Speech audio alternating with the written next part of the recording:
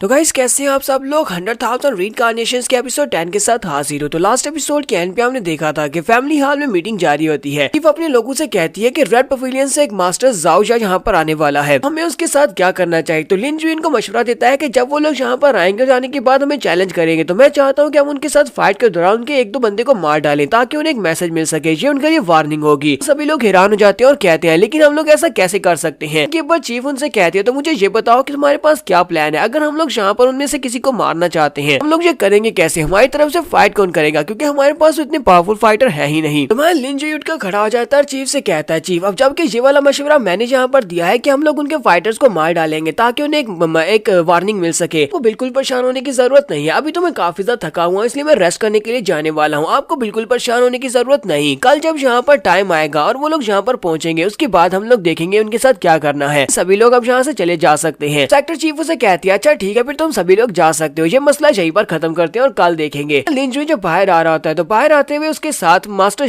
जानजू होते हैं। तो मास्टर जानजू से कहते हैं सेंट किंग मुझे बताएं कि अब मुझे और आपके लिए क्या करना होगा, ये बताएं कि वहाँ पर मेरी परफॉर्मेंस कैसी थी, मैंने आपका पूरा साथ दिया है। लिन जुइन से कहता है तुम्हारी परफॉर्मेंस इतनी बुरी नहीं थी कि जितना काफी नहीं है। वो उसे कहते हैं तो फिर मुझे बताएं कि मुझे और क्या करना होगा। लिन जुइन से कहता है तुम्हें मेरे लिए कल किसी एक बंदे को मारना होगा, मैं चाहता हूँ कि रात के वक्त तुम एक बंदे को मारो। अगर ये तुम एक पंच में उसे मार सकते हो तो ज्यादा बेहतर रहेगा कि अगर तुम उसे एक पंच में नहीं मार पाए तो वो तुम्हें मार डालेगा। उसे कहते हैं मुझे किसे मारना है। तो लिन उसे कहता है मेरे साथ आओ, मैं तुम्हें बताता हूँ कि तुम्हें उसे किस तरह मारना है और तुम उसे किस तरह मार सकते हो क्योंकि वो बहुत ज्यादा स्ट्रॉन्ग बंदा है। तो मास्टर जानजू से कहते हैं हाँ ठीक है मुझे बताएं।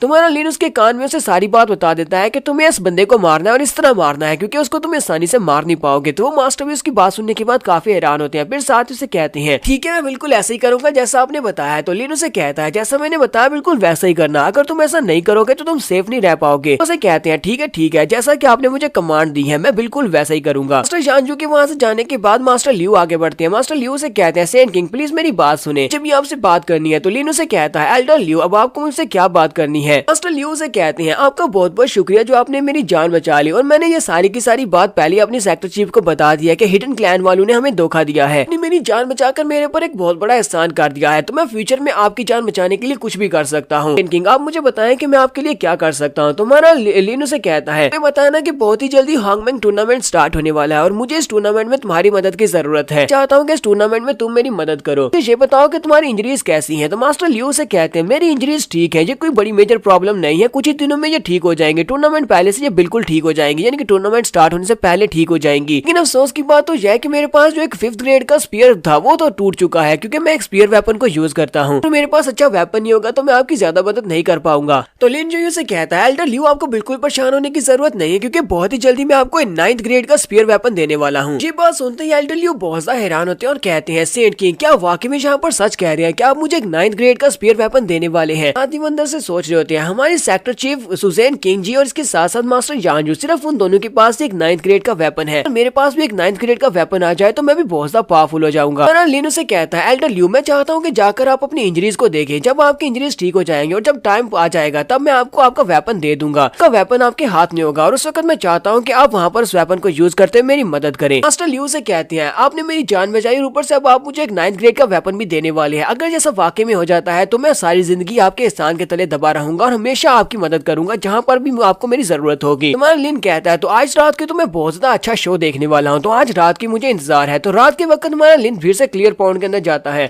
सुजरिन पहले से मौजूद होती है, वो अपने कपड़े उतार कर उसके सामने खड़ी होती है। तो हमारा शुनजी वहाँ पर आता है और अपनी पावर्स को इम्ब्यूट करने के बाद उसको जब अपने प्रोसीजर को कम्प्लीट कर लेता है, प्रोसीजर को कम्प्लीट करने के बाद हमारा लिन चीफ से कहता है मुझे लगता है कि तुम इस बारे में जानना चाहते हो कि आज मास्टर जानजू मेरे साथ इतनी अच्छे से बिहेव क्यों कर रहे थे। तुम ये जानना चाहती हो कि पहले तो वो मेरे दुश्मन थे, मुझे मारना चाहते थे, लेकिन आज वो मुझे फुली सपोर्ट क्यों कर रहे थे। तो सेक्टर चीफ उसे कहती है मुझे इस बारे में सोच कर शक करने की क्या जरूरत है, अब जबकि ये सेक्टर तुम्हारा है और जहाँ के सभी लोग भी तुम्हारे हैं, तुम इसके सेंट किंग हो तो सभी लोगों को तुम्हारा साथ तो देना पड़ेगा और एल्डर जानजू को भी तुम्हारा साथ देना पड़ेगा। लिन उसे कहता है क्या तुम्हें वाकई में लगता है कि यहाँ पर जितने भी लोग हैं वो सारे के सारे मेरे लोग हैं। सेक्टर चीफ उसकी बात सुनने के बाद उसे कहती है क्या क्या वाकई में ऐसा नहीं है और साथ ही वो शर्मा भी रही होती है। तुम्हारा लिन उसे कहता है मुझे पता है कि अभी भी तुम्हारे जहन में भी मेरे बारे में बहुत सारे सवाल होंगे, तुम मेरे बारे में बहुत ज्यादा शक लेकर बैठी होगी, लेकिन मैं मेरा यकीन करो कि मैं यहाँ पर सिर्फ और सिर्फ तुम्हारी मदद करना चाहता हूँ। तो मिस सोजरेन भी यहाँ पर यही सोच रही होती है कि इस लड़के को देख पाना इसको जान पाना पॉसिबल नहीं है, मैं नहीं जान सकती कि इसके दिमाग में इस वक्त क्या चल रहा है, लेकिन मुझे लगता है कि फिलहाल के लिए हम इसी के ऊपर रिलाई कर सकते हैं अपने सेक्टर को दोबारा राइज करवाने के लिए। हमारा लिन वहीं पर पर बैठ जाता है और उसे कहता है चलो जल्दी से मेरे पास आ जाओ, मैं तुम्हें एक बहुत ही अच्छा सीक्रेट बताने वाला हूँ। वो उसके पास आती है तो मैलिन उसके कान के पास आकर कहता है क्या तुम्हें पता है कि मास्टर जानजू को डीमन सी लैंड से भेजा गया है। वो यहाँ पर एक सीक्रेट स्पाई की तरह काम कर रहे हैं और पिछले 30 साल से यहीं पर हैं। तो वही नहीं बल्कि यहाँ पर एक और डीमन सी लैंड से आया हुआ एक एनवी भी है। चलो अब मैं तुम्हें यहाँ पर एक बहुत ही अच्छा शो दिखाता हूँ। यहीं पास ही वो लोग आपस में फाइट करने वाले हैं, क्या तुम मेरे साथ चलना चाहोगी? सेक्टर चीफ उसे कहती है अच्छा ठीक है फिर रुको मुझे कपड़े पहन लेने दो, मैं भी तुम्हारे साथ चलती हूँ। तो ये दोनों ही कपड़े पहनने के बाद आगे की तरफ चल पड़ती है। लिन उसे कहता है बस थोड़ी दूर हमें आगे बढ़ना होगा और यहाँ पर वो लोग आपस में फाइट कर रहे होंगे। इसी वक्त उन्हें सामने से आवाज आती है। लिन कहता है लो हम लोग पहुंच गए। वो वहीं पर एक पत्थर के पीछे छुप जाते हैं। तो सामने की तरफ दिखाते हैं जानजू एक एल्डर को पीट रही होती है। वो 4th पैलेस का एल्डर होता है जिसका नाम लिन कुई होता है। उसके मुंह पर एक जबरदस्त पंच मारते हैं जिससे लिन कुई वहीं पर नीचे गिर जाता है। उसके मुंह से ब्लड भी निकल रहा होता है। मास्टर जानजू का पंच काफी ज्यादा पावरफुल होता है लेकिन एक पंच के साथ वो उसको मार नहीं पाते। वो चिल्लाकर उसे कहता है बेवकूफ कहेंगे, कहीं तुम पागल तो नहीं होगे? बेवकूफ तुम मेरे पर अटैक क्यों कर रहे हो? मास्टर जानजू से कहते हैं तुम्हें यहाँ पर अपने ऊपर सारा ब्लेम डालना चाहिए क्योंकि तुमने यहाँ पर किसी ऐसे को ऑफेंड किया है जिसे ऑफेंड नहीं किया जा सकता। तुम यहाँ पर मरने वाले हो क्योंकि तुमने उसे बहुत ज्यादा गुस्सा दिला दिया है। तो मास्टर लिन कुई उसे कहते हैं जानजू बेवकूफ कहेंगे, क्या तुम्हें जरा भी आइडिया है कि मैं कौन हूँ? मास्टर जानजू से कहते हैं मुझे पता है कि तुम आगे से मुझे क्या कहने वाले हो क्योंकि तुम यही कहोगे कि तुम डीमन सी के भेजे हुए एक एनवॉय हो, तुम वो मैसेंजर हो जैसे डीमन सी वालों ने यहाँ पर भेजा है। लेकिन मुझे तुम्हारी रियल आइडेंटिटी के बारे में पहले से पता है क्योंकि रियल एनवी तो यहाँ पर पहले से आ चुका है, रियल मैसेंजर यहाँ पर पहले से आ चुका है और आज की रात तुम्हारी मौत की रात होने वाली है क्योंकि तुम रियल एनवी नहीं हो बल्कि रियल एनवी तो पहले से यहाँ पर आ चुके हैं और उन्होंने मुझे कहा था कि आज मुझे तुम्हें मारना है। साथ ही वो अपने बैनर को बाहर निकाल दे जो कि एक 9th लेवल का वेपन होता है। मास्टर जिन को अभी भी चिल्लाकर उसे कह रहे थे बेवकूफ कहेंगे, तुम्हें किसी ने बेवकूफ बनाया है, असली का एनवी मैं हूँ, मैं असली मैसेंजर हूँ जहाँ पर जो तुम्हें मैसेज देने के लिए आया था। लेकिन मास्टर जानजू तो उसकी कोई भी बात सुनने को तैयार नहीं है। वो अपने क्योटिक बैनर को एक्टिवेट करते हैं और कहते हैं आज यहाँ पर इसी क्योटिक बैनर के अंदर तुम्हारे सोल को सक करूंगा और तुम्हें यहीं पर मार डालूंगा। वो अपनी पावर्स को रिलीज कर रहे होते हैं। इसी तरफ से मास्टर जिनको भी अपनी पावर्स को रिलीज करते हैं। तो मास्टर जानजू कहते हैं मेरे लिए ये बहुत ज्यादा मुश्किल है असली के एनवाई के ऑथेंटिसिटी को जान पाना कि असली का एनवाई कौन है जैसे डीमन सी लैंड वालों ने यहाँ पर भेजा है। लेकिन असली के एनवाई के पास वो मेडिसिन थी, जाओ पिल थी जो कि मेरे लिए बहुत ज्यादा जरूरी है। मेरी बॉडी के अंदर जो पॉइजन है वो उसी पिल की मदद से कम किया जा सकता है। वो वाली डिटॉक्सिफिकेशन पिल में जो सेंट किंग पहले से दे चुके हैं। मतलब यह है कि वो फेक नहीं है बल्कि तुम फेक हो। अपने डीमन बैनर से उसके ऊपर अटैक करने के बाद उसे वहीं पर गिरा देते हैं। वो नीचे गिर जाता है तो मास्टर जानजू को लगता है कि वो मर गया है। सेक्टर चीफ भी ये देखने के बाद काफी हैरान होती है और कुछ पूछने लगती है। हमारा लिन उसे कहता है बस खामोश रहो, अभी कुछ भी मत पूछो, बस चुपचाप देखती रहो। मास्टर लिन कोई फिर से उठकर खड़ा हो जाता है और उसे कहता है बूढ़े कुत्ते कहेंगे, तुम तो यहाँ पर अपने मास्टर को भी नहीं पहचान पा रहे, तुम ये भी नहीं जानते कि तुम्हारा असली का मास्टर कौन है। मतलब यह है कि तुम्हें यहाँ पर जिंदा रखने का कोई भी फायदा नहीं है। अब मैं यहाँ पर तुम्हें मारने वाला हूँ अपने डीमन सी लैंड की तरफ से। वो वहाँ पर अपनी डीमन पावर्स को रिलीज करता है। जैसे वो पावर्स को रिलीज करता है उसके कपड़े फट जाते हैं और साथ ही उसकी बॉडी शॉडी बढ़ जाती है। इसी के साथ ही वो अपनी कल्टीवेशन को बढ़ाना स्टार्ट करता है। उसकी कल्टीवेशन जो कि रिइनकार्नेशन राम है वो बढ़ना स्टार्ट हो जाती है।